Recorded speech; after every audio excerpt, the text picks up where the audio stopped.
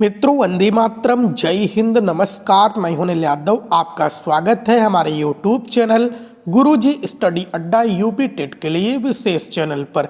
मित्रों, आज की वीडियो में हम लोग अध्ययन करेंगे जीन पियाजे का संज्ञानात्मक विकास का सिद्धांत। और मित्रों, इस सिद्धांत को हम लोग चित्रों के माध्यम से बिल्कुल आसान भाषा में समझेंगे, क्योंकि मित्रों यहाँ से आपके exam UP TET, C TET, DElEd semester, BEd semester में हर बार क्वेश्चन जरूर पूछे जाते हैं। यदि मित्रों आप इस वीडियो को पूरा देखते हैं तो हम दावे के साथ, गारंटी के साथ कह सकते हैं कि जीन पियाजे के इस सिद्धांत में इससे बाहर कोई भी क्वेश्चन नहीं आएगा। चलिए मित्रों, हम लोग शुरू करते हैं जीन पियाजे का संज्ञानात्मक विकास का सिद्धांत। तो देखिए मित्रों, यह आपके जो फोटो में दिख रहे हैं यह जीन पियाजे हैं। यदि हम बात करें जीन पियाजे का जन्म कब हुआ, तो 9 अगस्त 1896 ईस्वी को स्विट्जरलैंड में इनका जन्म हुआ। यदि हम बात करें जीन पियाजे का जन्म कहाँ पर हुआ, तो स्विट्जरलैंड में हुआ। और मित्रों, इनकी मृत्यु कब हुई, तो मृत्यु मित्रों 16 सितंबर 1980 ईस्वी स्विट्जरलैंड के जिनेवा में हो गई। देखिए मित्रों, जो जीन पियाजे महोदय संज्ञानात्मक विकास का सिद्धांत दिए हैं, इस सिद्धांत पर जो प्रयोग किए थे मित्रों, वह प्रयोग फ्रेंच स्कूल के बच्चों पर किए थे। और जीन पियाजे स्वयं के 3 बच्चों पर प्रयोग करके इस सिद्धांत को दिए हैं। तो मित्रों चलिए हम बात करते हैं संज्ञानात्मक विकास का सिद्धांत क्या है। बच्चों के मानसिक क्रियाओं के अध्ययन को ही संज्ञानात्मक विकास का सिद्धांत कहते हैं। मानसिक क्रियाओं का मतलब है मित्रों, बच्चे किस अवस्था में किस प्रकार से सोचते हैं, कैसा कार्य करते हैं, कैसा व्यवहार करते हैं, इसे हम मानसिक क्रिया कहते हैं, जिसे हम संज्ञानात्मक विकास का सिद्धांत की एक मूल बातें हम कह सकते हैं। और आगे मित्रों देखिए, यहाँ पर दिया हुआ है बच्चों में बुद्धि का विकास उसके जन्म के साथ जुड़ा है। प्रत्येक बच्चा जन्म के साथ ही कुछ जन्मजात प्रवृत्तियां लेकर पैदा होता है, जैसे देखना, पकड़ना, चूसना, पहुंचना इत्यादि। जैसे जैसे वह बालक बड़ा होता चला जाता है, उसकी बौद्धिक क्षमताओं का दायरा बढ़ जाता है और वह बुद्धिमान बनता चला जाता है। तो मित्रों यदि हम बात करें संज्ञानात्मक विकास के सिद्धांत में, तो मित्रों जो बच्चों की बुद्धि का विकास होता है उसके जन्म के साथ जुड़ी होती है। कुछ ऐसी जन्मजात प्रवृत्तियां भी होती हैं जो बच्चे स्वयं से करते हैं। कार्य का बिना सीखा हुआ स्वरूप को हम मूल प्रवृत्ति कहते हैं। इन मूल प्रवृत्तियों के माध्यम से वे कार्य करते हैं। और मित्रों जैसे जैसे बच्चा बड़ा होता है उसकी बौद्धिक संरचनाओं में बौद्धिक क्षमताओं का दायरा बढ़ता चला जाता है, वह बच्चा और अधिक सीखता चला जाता है। तो चलिए मित्रों हम लोग शुरू करते हैं। देखिए मित्रों, यदि हम बात करें संज्ञानात्मक की, तो संज्ञानात्मक के अंतर्गत 2 बातें आती हैं। पहली बातें आती है संगठन की, और मित्रों दूसरी बातें आती है अनुकूलन की। और मित्रों हम बात करें अनुकूलन के अंतर्गत 2 बातें हैं मित्रों, आत्मसातीकरण और दूसरा है समाविष्टीकरण। आत्मसातीकरण को मित्रों समावेशन कहते हैं और समाविष्टीकरण को हम लोग समायोजन कहते हैं। तो चलिए मित्रों, हमने संज्ञानात्मक के सबसे पहले पॉइंट को लेते हैं संगठन के बारे में। तो देखिए मित्र, संगठन की बात करें, बच्चा अपनी जानकारी को सुव्यवस्थित करता है, इसे संगठन कहते हैं। देखिए मित्रों, जो बच्चे होते हैं अपनी जानकारी को एक क्रम में सुव्यवस्थित करते हैं। जैसे कि बिल्ली को जो है काली बिल्ली हो गई चाहे भूरी बिल्ली हो गई, उसको एक ग्रुप में रखते हैं। कुत्ते के ग्रुप को अलग करते हैं, चाहे वह अलग प्रकार के कुत्ते हो। जानवरों में जैसे कि मित्रों भैंस को अलग करते हैं, कपड़े को कपड़े में अलग करते हैं। तो संगठन है कि बच्चा अपनी जानकारी को सुव्यवस्थित करता है, इसे ही हम लोग क्या कहते हैं, संगठन कहते हैं। यानी कि जो सामान है उसका वर्गीकरण जो करता है बच्चा, इसे वर्गीकरण कैसे करेगा, बिल्कुल सुव्यवस्थित क्रम से करेगा, तो इसे ही संगठन कहते हैं। चलिए मित्रों हम बात करते हैं, दूसरा पॉइंट है अनुकूलन क्या है, जिसके द्वारा व्यक्ति अपने पूर्व ज्ञान तथा नवीन अनुभव के मध्य संतुलन स्थापित करता है, उसे हम अनुकूलन कहते हैं। अनुकूलन के अंतर्गत 2 प्रक्रियाएं हैं। देखिए मित्रों, हम बात करते हैं अनुकूलन क्या है। तो जो व्यक्ति होता है मित्रों अपने पूर्व ज्ञान के साथ नवीन अनुभव को जोड़कर वह सीखता है, जिसे हम अनुकूलन कहते हैं। जैसे कि मित्रों कोई एक देख लीजिए, हमने बिल्ली को देखी हुई है और बिल्ली कैसी है मित्रों, बिल्ली काली है। यदि हम उसके बाद हम सफ़ेद बिल्ली को देखते हैं तो आवाज़ के माध्यम से हम समझ जाते हैं कि यह भी बिल्ली ही है। तो मित्रों यह जो काली बिल्ली थी यह क्या हमारा पूर्व ज्ञान था, जो सफ़ेद बिल्ली था यह नया ज्ञान है। तो मित्रों जिसके द्वारा व्यक्ति अपने पूर्व ज्ञान के साथ नवीन अनुभवों के मध्य संतुलन स्थापित करता है, उसे ही हम लोग अनुकूलन कहते हैं। अनुकूलन के अंतर्गत मित्रों दो बातें आती हैं। दो बातें क्या है, ध्यान दीजिए मित्रों, जो हमने आपको बताया था, आत्मसातीकरण, और आत्मसातीकरण को ही समावेशन कहते हैं। और दूसरा पॉइंट है मित्रों समाविष्टीकरण, समाविष्टीकरण को ही समायोजन भी कहते हैं। तो चलिए मित्रों हम लोग एक एक पॉइंट को देखते हैं कि आत्मसातीकरण या हम कह लें समावेशन क्या है। तो मित्रों ध्यान दीजिए, बहुत सूक्ष्म सा अंतर होता है, यहाँ से क्वेश्चन हर बार बनते हैं। पुराने जानकारी में नवीन जानकारी को जोड़ना समावेशन या आत्मसातीकरण कहलाता है। जैसे कि मित्रों देखिए, यह एक बच्चा है। बच्चा क्या है, बच्चा छोटा है और बच्चा सबसे पहले देखा है कैसी, इस बिल्ली को देखा है जो कि भूरी बिल्ली है। इस बिल्ली को बच्चा पहले देख चुका है। जब यह पहले देखा है तो यह कैसी जानकारी है, यह इसकी पुरानी जानकारी है। अब बच्चा जो छोटा है वह अब देखता है कुछ देर के बाद या कुछ समय के बाद एक सफ़ेद बिल्ली को देखता है। बिल्ली की दो आंखें हैं, दो कान हैं, चार पैर है, लेकिन बिल्ली कैसी है, बिल्ली के कलर में डिफरेंट है। वह सफ़ेद बिल्ली है। बिल्ली यह भी म्याऊं म्याऊं बोलती है, यह भी म्याऊं म्याऊं बोलती है। लेकिन मित्रों बच्चा यह जान गया कि बिल्ली कैसी हो सकती है, बिल्ली सफ़ेद भी हो सकती है। तो मित्रों यहाँ पर क्या दिया है, पुरानी जानकारी में नवीन जानकारी को जोड़ना क्या कहलाता है, समावेशन या आत्मसातीकरण कहलाता है। ठीक है मित्रों, पुरानी जानकारी हमारी क्या थी, पुरानी जानकारी थी भूरी बिल्ली, और नई जानकारी क्या है, नई जानकारी अभी हमें पता चला है कि बिल्ली सफ़ेद भी होती है। तो पुरानी जानकारी में नवीन जानकारी को जोड़ना समावेशन या आत्मसातीकरण कहलाता है। चलिए मित्रों हम बात करते हैं। चलिए मित्रों देखिए, दूसरा पॉइंट है समाविष्टीकरण, और इसी को ही समायोजन कहते हैं। तो क्या दिया है, पूर्व में प्राप्त ज्ञान को नवीन ज्ञान से जोड़ देना, बौद्धिक संरचनाओं में सुधार करना, अंतर करना, विस्तार करना या परिवर्तन करना समाविष्टीकरण कहलाता है। तो ध्यान दीजिए मित्रों, जैसे कि मित्रों देखिए यहाँ पर एक बच्चा है, बच्चा अभी छोटा है, और बच्चे ने क्या किया है मित्रों, बच्चे ने सबसे पहले एक बिल्ली को देखा है। बिल्ली सफ़ेद है, बिल्ली की दो कान है, नीली आंखें हैं, पूँछ है। अब मित्रों क्या है, बच्चे ने एक डॉगी के बच्चे को देख लिया, कुत्ते के बच्चे को देख लिया, कुत्ते के पपी को देख लिया। तो क्या है, बच्चा देखता है कि दोनों के पास दो कान हैं, दो आंखें हैं, इसका मुंह छोटा है, इसका मुंह बड़ा है, चार पैर हैं। लेकिन मित्रों उसने क्या अंतर किया, अंतर यह किया कि बिल्ली म्याऊं म्याऊं बोलती है और डॉगी भाव भाव बोलता है, इसके मुख में अंतर है। तो क्या किया मित्रों, अपने बौद्धिक संरचनाओं में सुधार करना। देखिए मित्रों, समाविष्टीकरण और समायोजन में मुख्य अंतर यही है कि यहाँ पर सुधार करना, अंतर करना, बौद्धिक संरचनाओं का विस्तार करना या सूचनाओं में परिवर्तन करना क्या कहलाता है, समाविष्टीकरण कहलाता है या समायोजन कहलाता है। जबकि मित्रों जो हमने आपको आत्मसातीकरण या समावेशन बताया था, यहाँ पर पुराने जानकारी में नवीन जानकारी को सिर्फ क्या करना था, जोड़ना था, प्लस करना था मित्रों। लेकिन यहाँ पर क्या दिया है, समाविष्टीकरण या समायोजन में, जैसे कि यह पुरानी जानकारी है, पुरानी जानकारी में नवीन जानकारी को जोड़ देना, जोड़ने के साथ मित्रों बौद्धिक संरचनाओं में सुधार करना यहाँ पर महत्वपूर्ण है, बौद्धिक संरचनाओं में अंतर करना महत्वपूर्ण है, बिल्ली को अलग कैटेगरी में करना महत्वपूर्ण है, कुत्ते को अलग कैटेगरी में करना महत्वपूर्ण है, बौद्धिक संरचनाओं का विस्तार करना महत्वपूर्ण है मित्रों, बौद्धिक संरचनाओं में परिवर्तन करना महत्वपूर्ण है। यही है समाविष्टीकरण या समायोजन। चलिए मित्रों हम बात करते हैं विकेंद्रीकरण क्या है। अगला पॉइंट है, अति महत्वपूर्ण है, किसी भी समस्या को छोटे छोटे भागों में विभक्त कर सीखने की प्रक्रिया को विकेंद्रीकरण कहते हैं। दूसरा पॉइंट है, किसी एक ही समस्या का समाधान अलग अलग तरीके से सीखने की योग्यता को विकेंद्रीकरण कहते हैं। देखिए मित्रों, कहने का मतलब यह है कि जैसे कि हमारे सामने कोई भी समस्या उत्पन्न हुई है, उस समस्या को जब हम छोटे छोटे भागों में विभक्त करके उसके अलग अलग एक एक हिस्से को समझते हैं तो इसे हम विकेंद्रीकरण कहते हैं।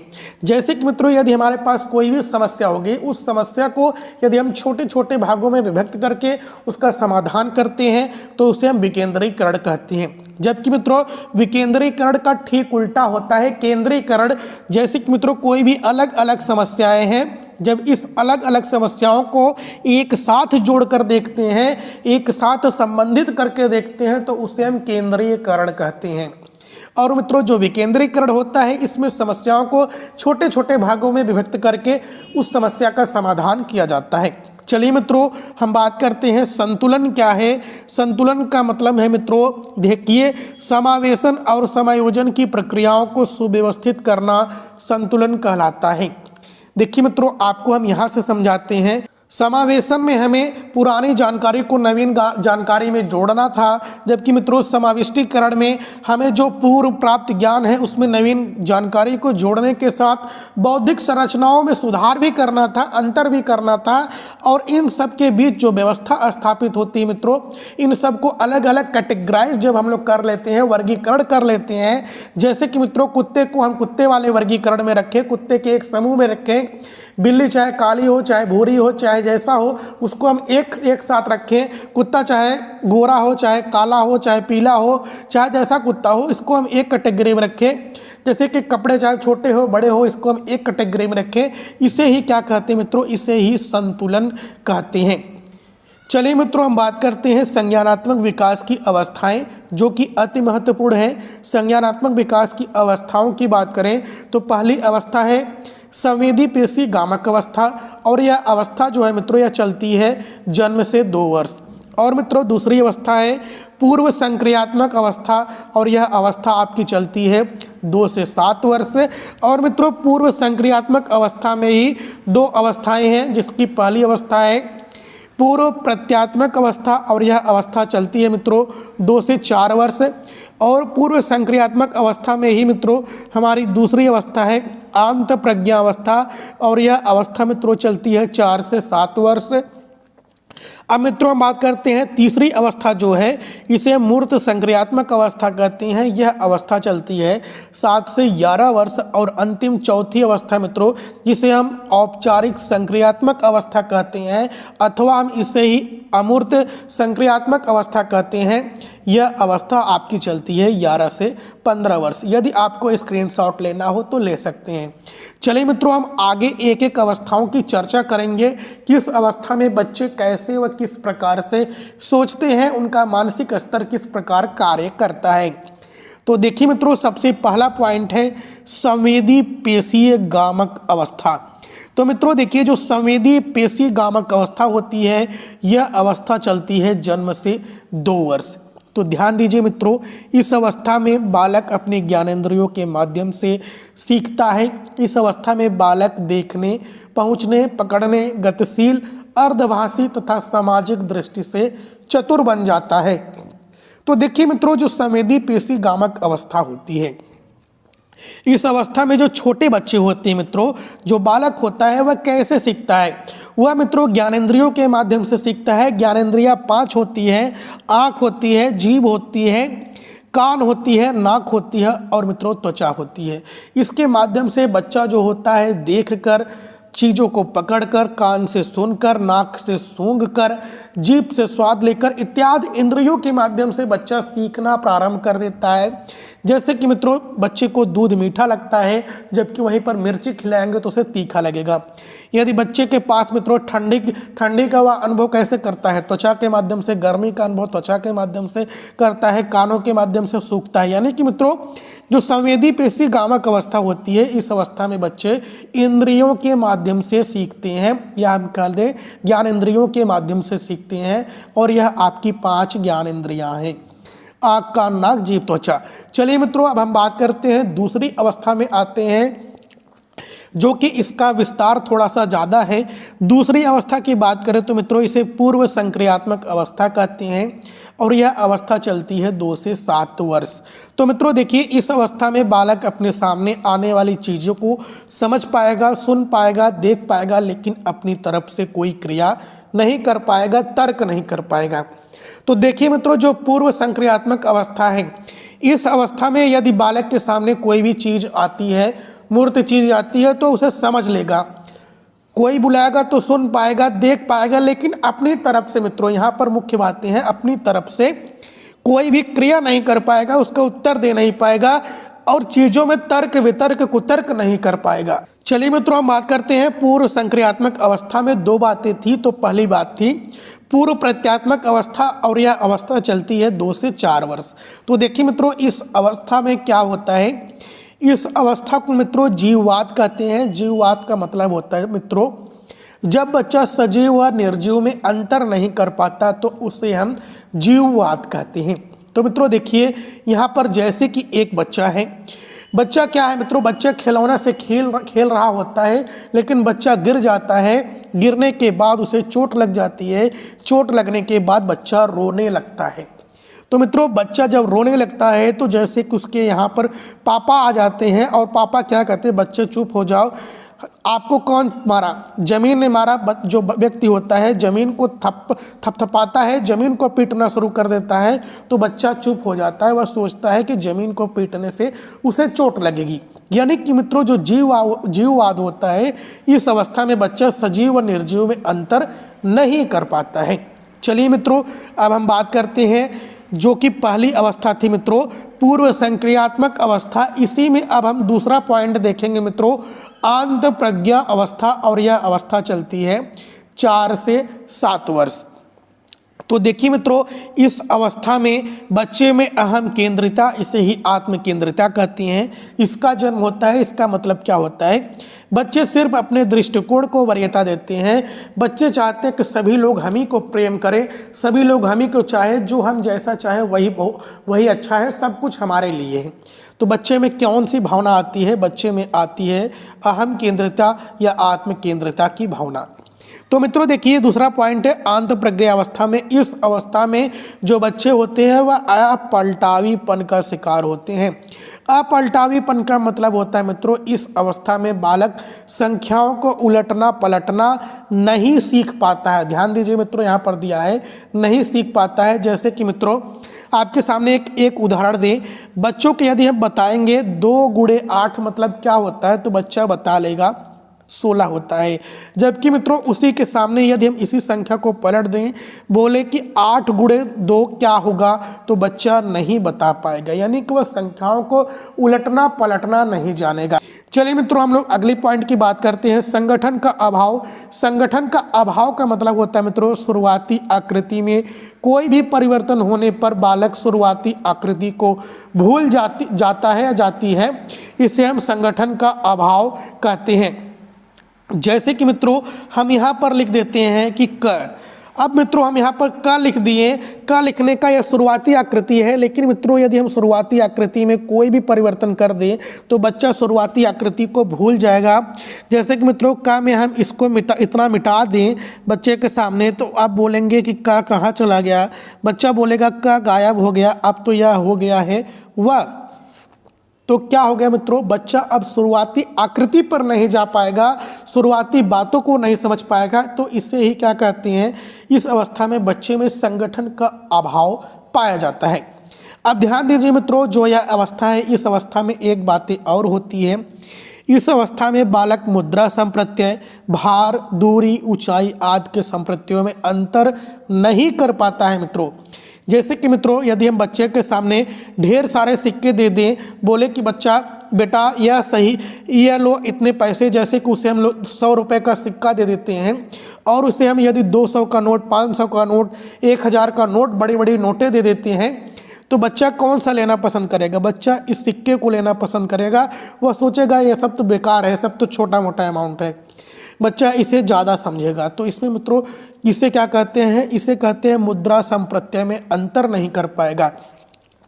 यदि मित्रों हम बच्चे के सामने रख देते हैं 1 किलो रुई, और रुई हो जाएगा बहुत बड़ा, और उसके सामने हम रख देते हैं 2 किलो का बटकरा, तो मित्रों जो बच्चा होगा वह बोलेगा रुई ज़्यादा है, जो बटकरा है वह छोटा है।